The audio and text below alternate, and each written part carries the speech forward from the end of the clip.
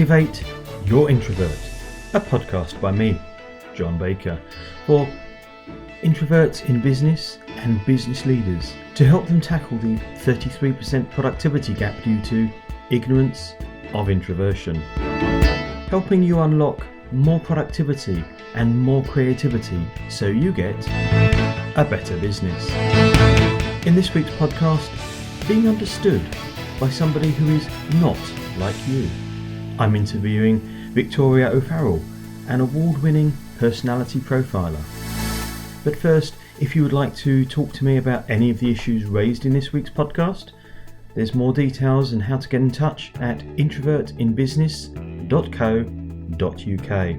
And if you'd like me to speak at your conference or work with your team to unlock productivity, I'd love to talk to you. Contact details are on the website. Vic, would you like to start off by introducing yourself? Thank you, John. And it's a pleasure to be here with you today. So yes, I use the DISC system, D-I-S-C. There's plenty out there on the market, but I've been using this one for the last 6 years as I've found it the simplest form to understand personalities and where you sit yourself, as well as other people. Are you introvert, extrovert? Well, John, I would describe myself as an extrovert, potentially off the scale extrovert. I probably couldn't be more opposite to you. Excellent. If we tried. That's what I love. And if any, what issues does that give you when you're talking with other people, or even people like me? Well, I think because I've learnt my own style now over the years, I have learnt how I can adapt myself. But beforehand, definitely, and I still get it now. When I get excited, when I'm in somewhere with an introvert like yourself, I want to jump in. I want to finish your conversation. I've asked you a question, and basically I don't want to give you time to internalise it before you answer. I want to answer it for you. It's very annoying, actually. Which is very nice of you, but yeah, we'd like to answer our own questions. So what's going on here? What does your expertise as a personality profiler tell you about what's going on here? Well, it lets me know that introverts, so wherever you are, even if you're a task-focused or a people-focused introvert, you take your time. It's about quality. It's about giving thoughtful answers, correct answers. Whereas on the extroversion side of things, because our thought process is verbal, quite often I might jump in and answer things for somebody and then think, oh, actually, that was a different answer, and I can be influenced myself by change my mind. Whereas you'll find an introvert, they will have thought about it and given you a correct answer, so they don't want to change their mind. They've given you the answer that you asked for. A couple of interesting things came out of that. One is, and I can't remember the exact words, but you talked about your thinking process, which involved talking. How does that work? So if you ask me a question, rather than sitting back and thinking about the answer, those thought processes come out of my mouth as words, so I don't, and then therefore I might change my mind, which and it also can sometimes make extroverts seem a bit flaky. You know, if you asked a question and I could change my mind again, to somebody who's an introvert like you, that may come across as, well, what was the decision? Was it a yes or no? Oh, okay. And then the other thing that was quite interesting, because you talked about introverts, and then you said you might be task focused or people focused. Yes. How does that overlay with this whole thing? So if you are task focused, you're interested in the detail of projects, the job in hand, what are we doing to get the end results?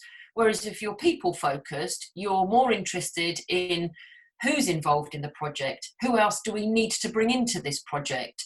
So it's not the detail of the project, it's the detail of the people doing the project. So all introverts are not the same. No. No surprise there, I suppose. But... We are a blend. We are all very different, and understanding each other is obviously very, very useful because I need to know how people work. But the biggest thing that I find on what I do is understanding yourself. I can't change. I can't change you, for example.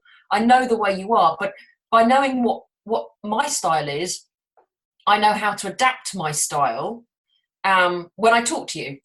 So, a couple of questions that spring from that then, and I'll ask the obvious one first. How should I adapt my style when talking to somebody like you? When you talk to me, I suppose I don't want you to speed up. I don't want you to change your thought process because that's the way you are. But because I am extrovert, people focused, and you are introvert, task focused. So I'm going to come in all happy, jolly, lovely, woo, everything going, and that's going to get you on the back foot. So actually, by coming into my space, just by the physical things that you do rather than the verbal things. So by coming into my space and not backing off, because my style would be, I'm a very huggy person, I'm a very tactile, very touchy, feely person, and I know in your style that's not really what you may well be in different, because our environment can change us. So you may be in a personal, you may be more like that, but in a work environment you may not be. But not be put off by people like me, but by coming into my space. Okay, so one of the things an introvert can do and learn to adapt themselves when they're speaking to somebody that is a strong extrovert is very much starting to adapt and attempting to come into their space a little bit. How should then an extrovert adapt themselves to do it the other way around? To not be in too much of your space. So whilst I want to come into your space, I know that there are boundaries. Yeah. So we often call people space invaders, don't we? Yeah, absolutely. So it's just knowing where those boundaries are. And also, as an extrovert, definitely, when you ask an introvert a question, give them the time to answer it. Give them space. So it's not, space isn't necessarily a physical thing. It can also be a mental thing, I suppose, is how I might describe that. Implicit in that, though, is that if I want to communicate with you, or if any of us want to communicate with anybody else, or do it effectively, whether we're introverts, extroverts, whatever we are, we should do some adapting to reach out towards the other person in terms of style. Would that be a correct interpretation? I would absolutely say that, John, yes. Understanding yourself and how your style can be perceived by the polar opposites is where the conflicts can come.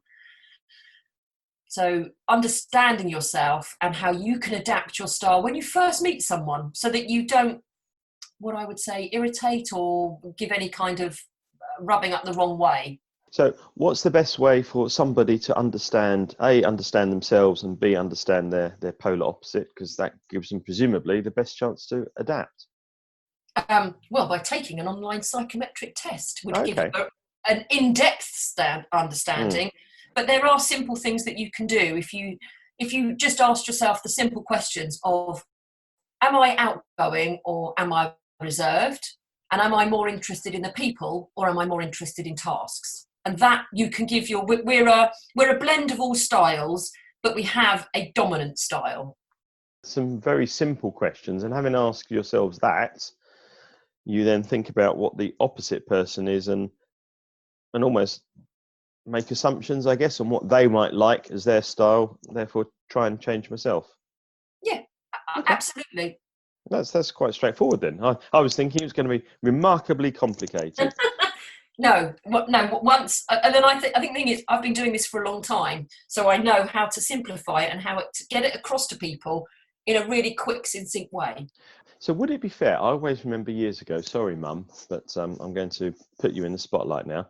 My mum saying to me, "You must treat others as you would like to be treated yourselves." And it sounds to me like it's actually completely wrong. In terms of effective communication, at least, I should treat others as they want to be treated. I would say that, absolutely, yeah. Okay, so we got a few seconds left, Vicky. Main messages, if you were trying to give an introvert or an extrovert some tips on communicating with the opposite, is there anything that you either haven't said or would add? Simple things like the one thing you could say as an introvert is, 2 seconds, let me think about that. So that the person opposite you that's asked the question knows that you're thinking. That's really neat, because that's automatically respecting their style. Yeah. And how about the other way around? If I was an introvert, and is there an equivalent of that? No, because us extroverts will just have verbal diarrhea anyway. Oh, that's fair enough. Yeah, okay. No, Vicky, that is really, really useful. Thank you. If any of the people listening wanted to get back in touch with you, how would they go about that? Simply by sending me an email, vic@motivationalvoice.uk. And Vicky spelled? VIC. Thank you. Vicky, that's been absolutely brilliant. Really, really been a pleasure. Thank you very much. Lovely to talk to you, John.